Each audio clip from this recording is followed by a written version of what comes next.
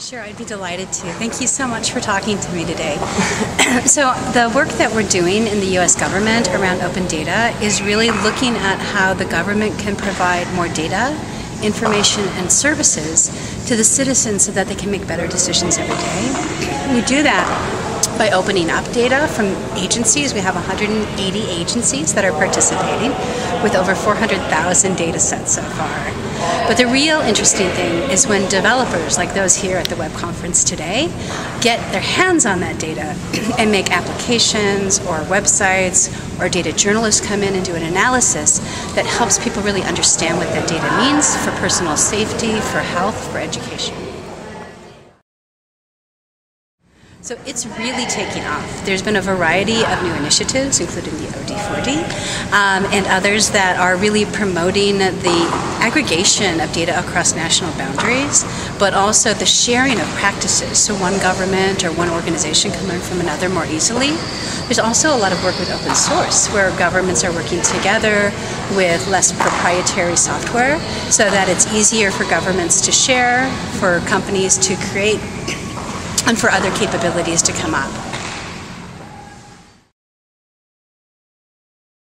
We're using a lot of different technologies both at NASA and at the White House.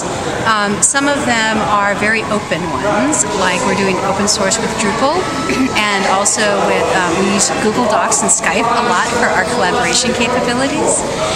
In addition, though, we use a variety of proprietary tools, sometimes for the more sophisticated scientific data where we're trying to do visualizations.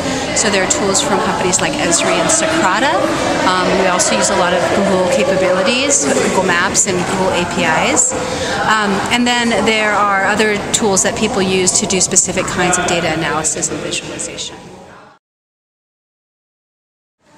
So the people who work with open data have different kinds of skill sets.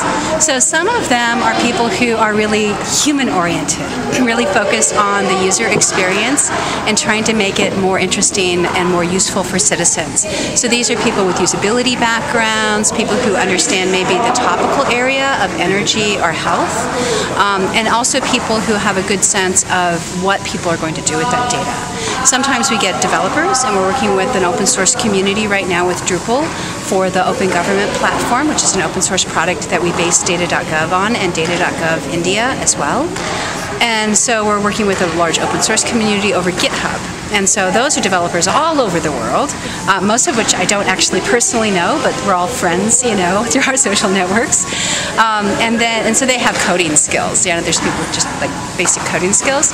But most interestingly, we're seeing sort of this emergence of architects and designers who really try to bring together that base code and the idea of usability into mashups and more integrated systems that bring the data together with some transaction or function, either from the government or something that a business is trying to provide as a value service on top of government data.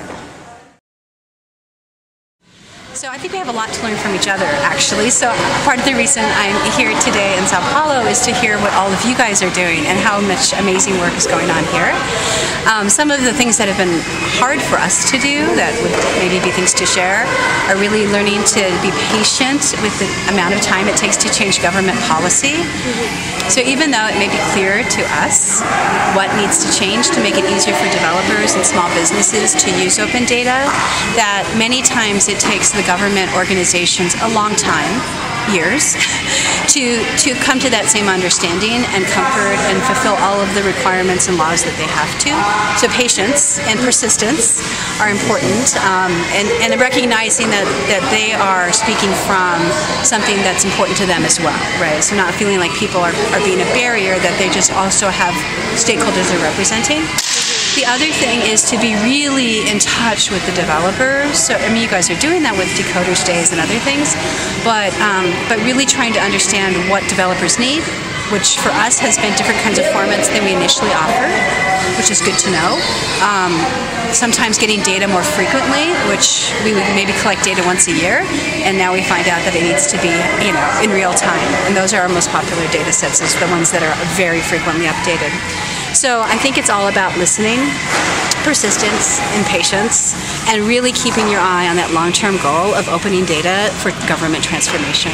Thank you very much.